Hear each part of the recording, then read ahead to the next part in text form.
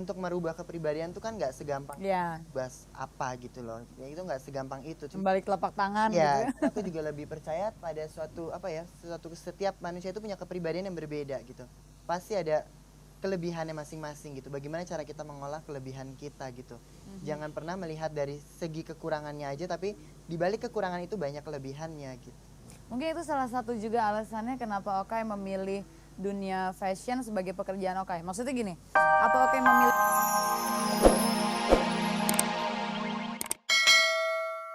ibu yang lagi asik banget ngobrol soal anaknya. Ibu yang pertama bilang begini, kamu tahu gak sih anak saya itu ya waktu kecil itu hobinya kan main bola. Jadi dia tuh jago banget main bola. Dia dan kelompoknya itu kalau bertanding sepak bola pasti menang terus. Begitu kata ibu yang pertama. Oh ya? Ibu yang kedua menjawab. Terus apa sih yang kamu harapkan dari anak kamu pada saat mereka masih kecil? Ibu yang pertama menjawab lagi.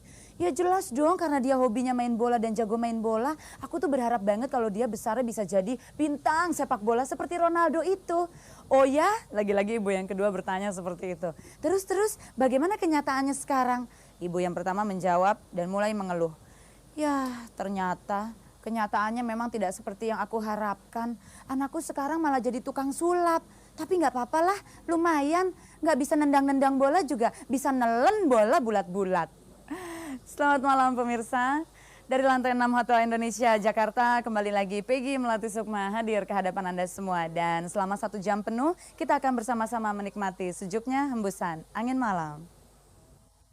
Berharap kalau anaknya pada saat dewasa nanti bisa berkembang sesuai dengan hakikat mereka masing-masing.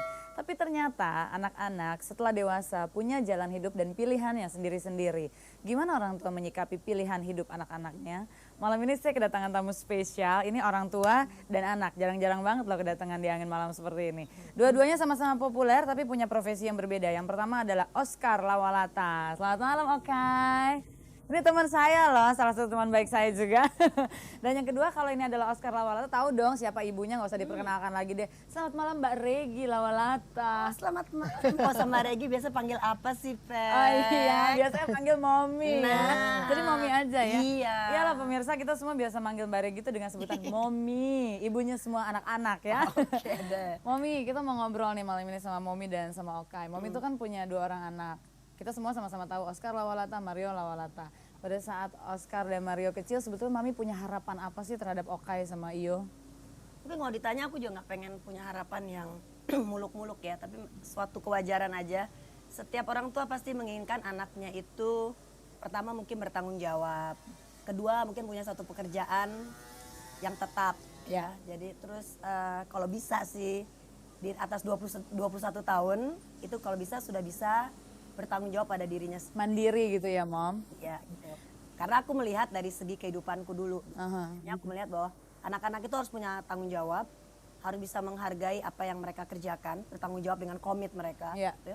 Nah itu aja yang sebenarnya aku inginkan sebagai orang tua gitu. Terus waktu Okai sama Iyo kecil, Mami, terutama Okai gitu ya, karena malam ini kebetulan Okai yang hadir di sini. Apa Mami mengarahkan anak-anak kepada arah yang seperti Mami inginkan tadi gitu? Enggak, aku nggak pernah.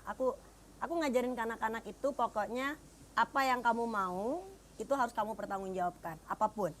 Karena aku ngajarkan dari kecil resiko itu nantinya akan ke mereka bukan ke mamanya gitu. Apapun yang mereka mau ambil jalan kayak kalau menurut mereka itu baik, tetapi dalam arti aku juga memantau bahwa itu memang masih dalam arti satu kewajaran.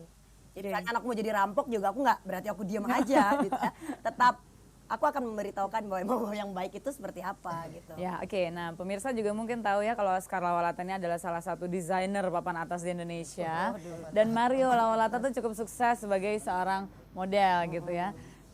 Tapi kita juga mungkin bisa lihat kalau Iyo sama Okai itu tumbuh menjadi 2 karakter yang berbeda. Kalau Iyo tuh maskulin, sementara kalau Okai itu justru feminin. Apa mungkin ada perbedaan sikap dari Mommy pada saat Okai sama Iyo masih kecil sehingga karakternya menjadi beda juga? Sebenarnya enggak sih, aku membesarkan dengan makanan yang sama, kasih sayang yang sama, perhatian yang sama.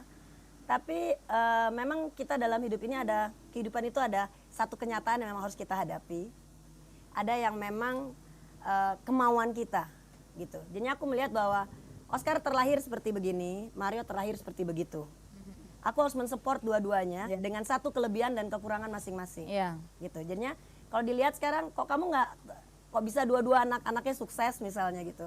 Karena aku mempunyai perasaan yang memang sebagai orang tua saya harus mensupport gitu. Apapun mereka. Gitu. Dan biarpun kadang-kadang orang melihat Oscar ini dengan sebelah mata, dengan segala kefeminimannya, dengan cara berpakaiannya, dengan kayak begini aja beda. Malah harusnya dia yang pendek, gue yang panjang, balik rambutnya gitu ya. Tapi kalau dia masih bertanggung jawab dengan apa yang dia perbuat dan tidak merugikan orang lain, buat aku oke-oke aja gitu. Kalau Okai sendiri gimana? Apa buat Okai sendiri kira-kira apa sih membuat Okai lebih memilih untuk menjadi feminin? Apa benar ada perbedaan sikap dari Momi atau ada hal-hal lain Okai? Ada hal-hal lain sih enggak, cuman lebih mengikuti perkembangan yang ada aja gitu ya. Tiba-tiba sudah terbentuk seperti ini ya udah jalanin aja gitu loh. Kan tidak untuk merubah kepribadian tuh kan nggak segampang bahas apa gitu loh. Ya itu nggak segampang itu. Kembali telapak tangan ya, gitu ya. aku juga lebih percaya pada setiap manusia itu punya kepribadian yang berbeda gitu. Pasti ada kelebihannya masing-masing gitu. Bagaimana cara kita mengolah kelebihan kita gitu. Jangan pernah melihat dari segi kekurangannya aja, tapi di balik kekurangan itu banyak kelebihannya gitu. Mungkin itu salah satu juga alasannya kenapa Okai memilih dunia fashion sebagai pekerjaan Okai. Maksudnya gini, apa Okai memilih dunia fashion dulu kemudian memilih menjadi feminin atau memang sudah terbentuk feminitas itu sehingga memilih jadi desainer? Enggak, sebenarnya dunia fashion itu sebenarnya terpilih dengan tidak sengaja gitu. Saya pribadi itu sebenarnya menyukai dunia seni apa aja gitu, ngelukis, matu, Oh iya. keramik, apa aja lah gitu, fotografi gitu. Cuman tidak ada waktu untuk mempelajari itu gitu. Waktu itu habis lulus dari SMA itu nggak sempat mempelajari itu semua, cuman sempat memasuki sekolah fashion. Oke. Nah, akhirnya dari sekolah fashion itu coba untuk buka usaha kecil dan keterusan sampai sekarang gitu. Ternyata malah sukses ya. Amin. Ternyata malah jadi papa atas gitu. Terus seperti itu dan apa namanya? Jadi bisa dibilang fashion itu bukan jalur pilihan saya, enggak, tapi lebih karena udah terolah dan apa ya, sudah diterjuni dan sudah terbentuk menjadi bukan hobi lagi tapi udah jadi bisnis. Jadi mau nggak mau saya tekuni terus gitu loh. Sedangkan yang lain-lain itu mungkin akan kalau ada waktu senggang akan saya pelajari seperti melukis dan Oke. Berarti pemirsa intinya Okai nggak punya waktu untuk belajar yang lain gitu, makanya milih jadi desainer. Aku juga nggak punya waktu belajar yang lain, makanya ya acting aja. Wah, Momi, tetap. Oke, Mom, waktu Okai memilih untuk menjadi seorang desainer, apa Momi punya kekhawatiran-kekhawatiran tertentu nggak yang berkaitan dengan feminitas dan lain-lain itu?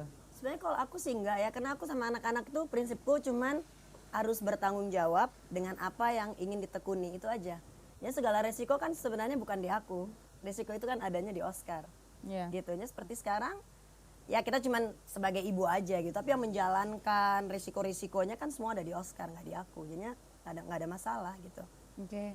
Sikap mama yang seperti apa sih Okai yang membuat Okai tetap sampai hari ini bisa yakin dan percaya diri, bahkan seperti Momi bilang tadi ya, mungkin masih ada lingkungan-lingkungan yang melihat Okai katakanlah dengan sebelah mata karena penampilan Okai, feminitas Okai. Pasti lebih mendukung gitu. Cuma untuk memberi kepercayaan ke mama pun juga nggak semudah itu gitu loh. Namanya seorang ibu juga maunya anaknya juga yang laki-laki ya seperti laki-laki lah gitu kan. Cuman kan saya bertumbuh seperti ini juga saya juga kasih keyakinan ke mama bahwa gue udah bertumbuh seperti ini nih gitu. Ibarat pohon gitu, udah pohon apel masih suruh jadi pohon mangga gitu kan. Berapa lama prosesnya Okai bisa meyakinkan dan membuat mama menerima kenyataan ini? Lumayan ya, waktu dari SMA gitu. Dulu aku suka pakai rok, kuteks hitam, apa yang pasti lebih nyentrik lah dibanding lain gitu. Dari situ tuh sering argue, berantem gitu. Sampai tetap ada proses itu ya? Tetap ada proses itu. Namanya orang gitu normal kan lah. Namanya orang tua pasti kan syok gitu. Cuman kita pun juga sebagai bisa dibilang lahir dalam kenyataan seperti ini pun bagaimana cara kita meyakinkan orang tua kita gitu. Dulu aku pernah bilang ke mama bahwa bisa dibilang mungkin nggak tahu ya, ada yang bilang kata normal atau nggak normal gitu, itu nggak tahu deh dibilang normal atau nggak itu nggak ngerti lah ya gitu.